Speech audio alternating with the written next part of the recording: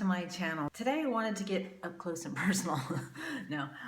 Today I wanted to be able to discuss what I'm looking for in a man and some of the things that have inspired me recently on that journey to finding a life partner. One of the books that I've recently have read, it was recommended to me by my sister, and I would highly recommend it to you. It was originally published in 1997. It's by David Deida. I'm not sure how to pronounce his last name, to be honest with you. It's Deida. And the title of the book is The Way of a Superior Man. And it might seem odd that I read a book with that title, but for me, I don't know. For me, it was really important to be able to get into the mind of how a man thinks. Also, it was important for me to be able to understand whether or not I would actually be able to, if I was asked, what I was asking for is what I really wanted. So to clarify that is, basically I'm saying, in my mind, I'm saying to myself that I really want, like a superior man, a man who is very masculine and is protective and is, I'll go through in more detail here, but I have notes. But so for me to be able to better understand what that really was, I didn't know if I really knew even how to recognize that, or if I was not intentionally, subconsciously pushing that sort of person away. So from that, after reading this book, I feel like it's given me a really good insight. And again, I would highly recommend this book if anyone is interested. For the men out there, if you're interested in that as well. So part of it, sorry, I have a piece of hair.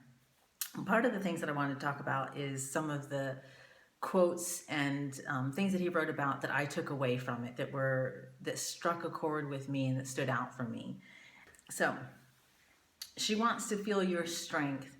She wants to feel that your happiness is not dependent on her response. She wants to feel you are a superior man. So what does that mean? She wants to feel that your happiness is not dependent on her response. So that means that the man is focused. He knows exactly what he wants and what he's doing. And I mean, don't get me wrong. I don't believe that anybody knows what they want and what they're doing all the time consistently. So there are going to be times when you don't. But the core of you do, and it reflects in your actions and the type of person and how you communicate and who you have around you, who you associate with, and that sort of thing. And I believe the same for myself. And so the other part is a superior man doesn't need a woman to stroke him to fulfill his mission. So for me, that just means that, again, it's someone who is sure in themselves, who's confident, and doesn't need anybody else to be able to confirm or to remind them that they are on the right path or on the journey that is right for them, So that's really important to me.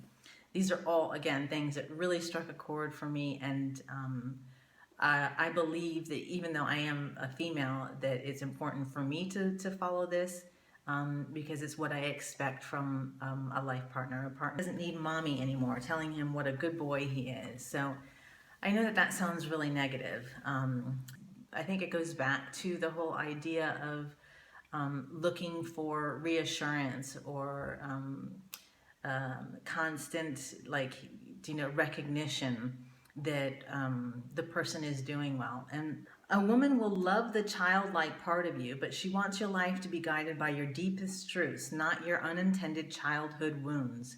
So, clean up your crap, clean it up, get through it and figure it out, and then own it.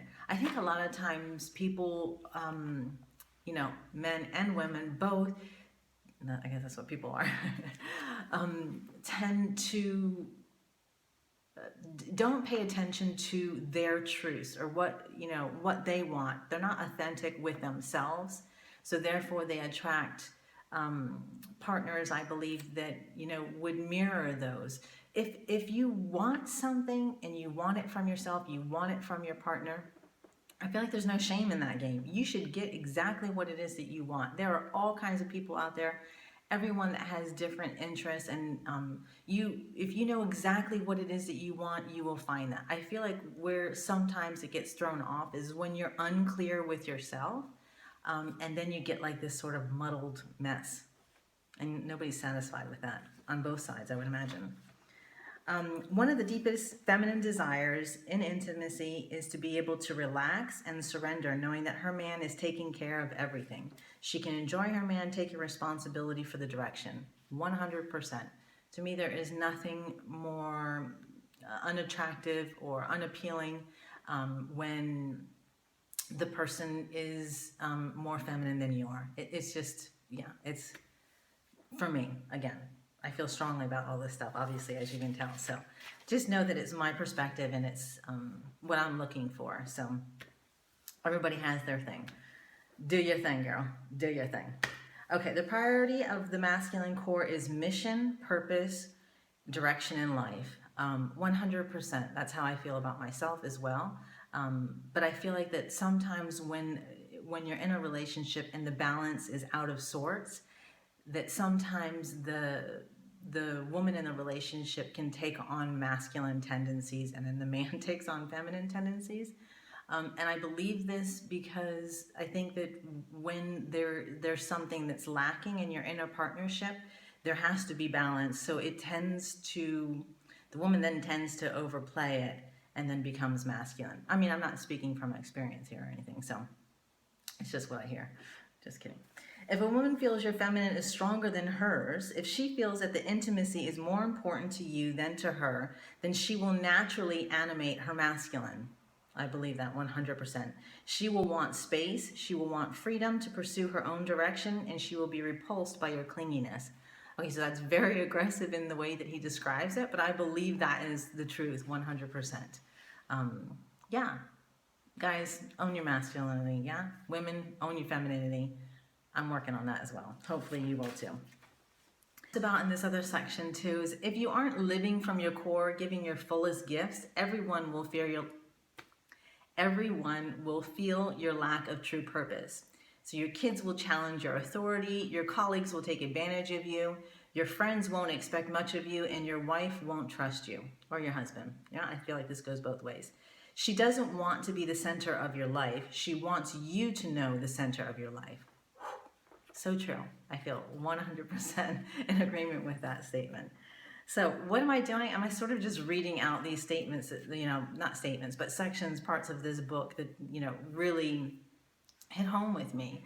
And so I don't know, hopefully this opens up the conversation with your partner or your spouse, and maybe it's a light bulb moment for you where you feel as though, okay, yeah, some of these things are happening within your relationship, and yeah, there's something to work on. I feel like we're always working on stuff, guys, and I know I've got exactly what it is that I want and within myself and from another human being, and I'm looking forward to being able to share that with somebody soon. So, me wrapping it up, and I will see you in the next one. Bye.